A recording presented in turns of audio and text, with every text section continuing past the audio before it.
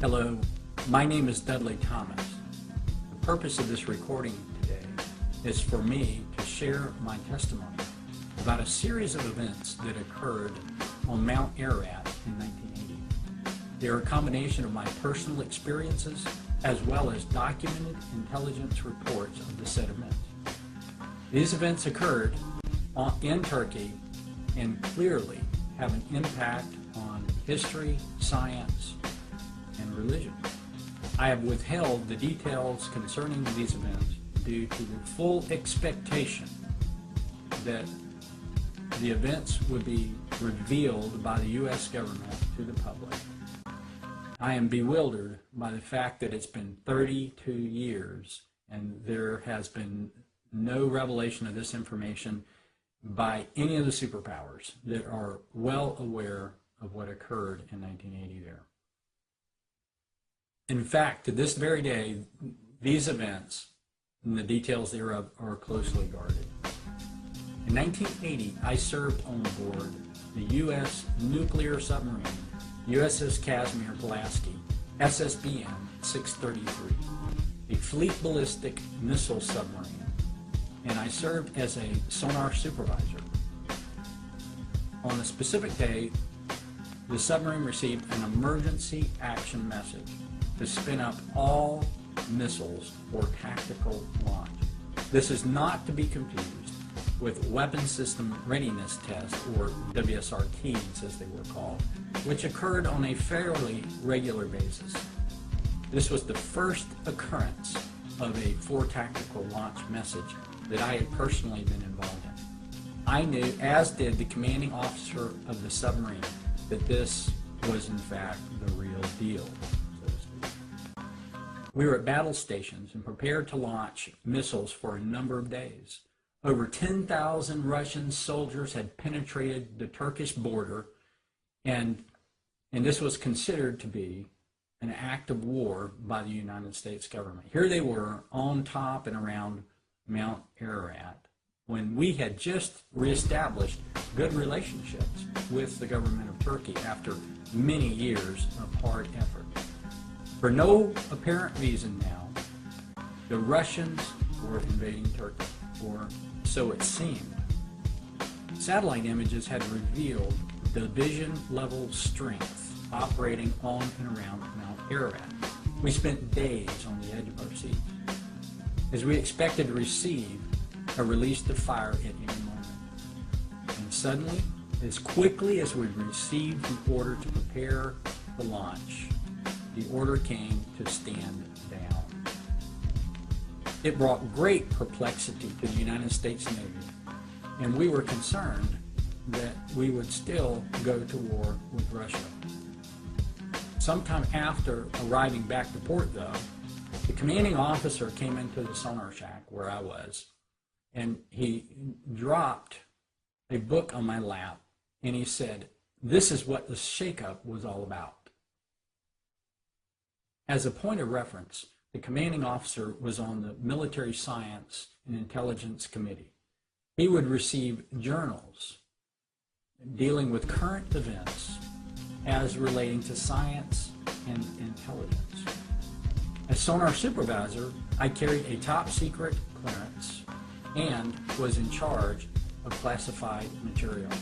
The journal in question is called Science and Intelligence Highlights, or S&T Highlights. This is well known among the intelligence community.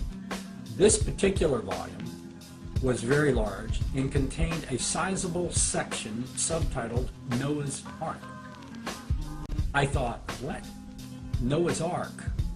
I considered this to be very strange, and I didn't know what to think about it. I didn't know if it was historical, if this was a scientific issue, or if this was religious.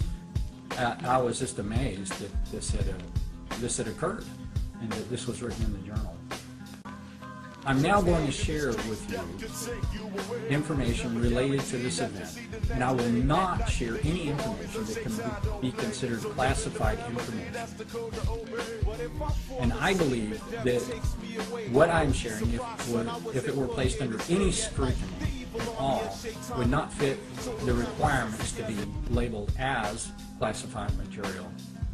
So anything that I will share here is, in my understanding of what meets the requirements of being classified, does not meet those requirements. And certainly the knowledge of Noah's Ark would not meet that requirement. No one on this planet has a right to keep that information withheld from the population of the world. I don't care who you are. You have no right to do this. The requirement for top secret and secret levels of classification are very specific. Unfortunately, in this day and time, it's common practice for acronym agencies within different governments to cover up any event that they would prefer to be kept out of the eye of the public by simply classifying it without justifiable cause, as was the case here. Without further ado, here are the events. Mount Ararat had been experiencing the warmest weather on record. As a result, the ice on the top of the mountain began to melt. Lo and behold, there sat a large ship on the top of Mount Ararat. Well, intelligence reports came in that it was Noah's Ark on the top of Mount Ararat. And again, I thought, this is, how can they know that? Well, they further described it as if it were right off of the showroom floor. It had been perfectly preserved in the ice. 2/3 of the ark sat on the top of Mount Ararat, and 1/3 sat at about 14,000 to 14,500 feet. The bow of the ship could be clearly seen, and there was no doubt as to whether or not it was Noah's Ark. Satellite photos with dimensional grids depicted the measurements to be an exact match to those written in the book of Genesis. The U.S. military science and intelligence community were in complete agreement that this was in fact Noah's Ark. As it turns out, the Russians had picked it up on satellite and decided that they had to remove it so as to protect their ideology. The commanding Russian general that was on the ground had stated, and I quote, "Our ideology cannot survive the proof of the existence of a God." Based upon this determination, most of Noah's Ark was removed from Mount Ararat by the Russian army. The following means were employed in the removal process. 10,000 soldiers formed a hand-to-hand line from the top of Mount Ararat down to below the 10,000-foot level where the transport helicopters could carry a payload. Large ice-cutting saws, which were larger than anything that I'd ever seen, were hoisted up to the mountain and employed to cut the ark into pieces small enough that they could be hoisted down the mountain. Every piece was labeled. A constant trail of helicopters carried their payloads to a secure location. All of the 2/3 section of the ark on the top of Ararat was removed. As the Russian soldiers were removing the smaller part of the ark at the 14,000-foot level, an unexpected freak summer storm covered Mount Ararat with several feet of snow. This made it impossible to continue removal operations. The Russian general and his troops left as quickly as they had come. The journal that's been discussed up to this point also included dozens of pictures of the ark, both from U.S. satellites as well as quote-unquote other sources. Among these were pictures of exterior and interior views including rooms and stables. The United States government had managed to obtain numerous samples of the artifacts via other means. The samples included gopher wood, grain, fecal, and fodder samples, just to name a few. Full analysis was conducted of all samples by the United States government and posted in the journal. The wood was proven to be extinct and fitting the description of that depicted in the book of Genesis.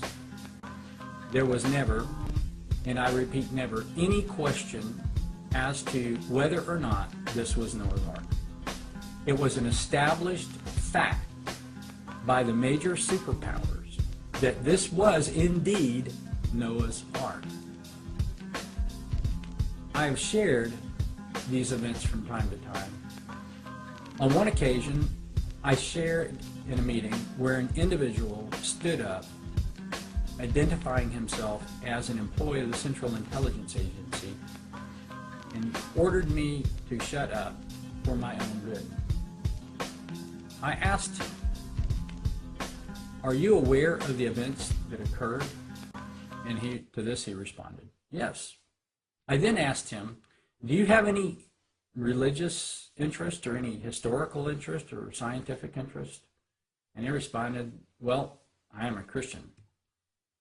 I then asked, "How can you claim to be a Christian and willingly hide what is quite possibly the most important archaeological find to your belief in all of history?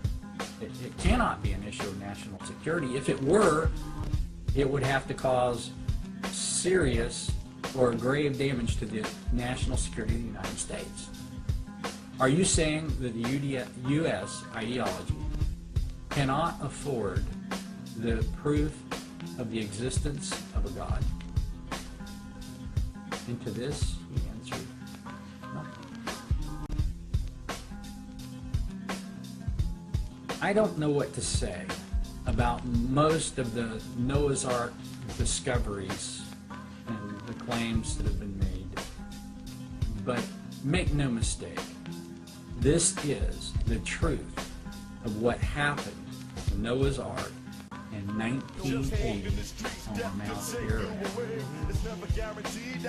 I am amazed that after 32 years, none of this information has been released to the public.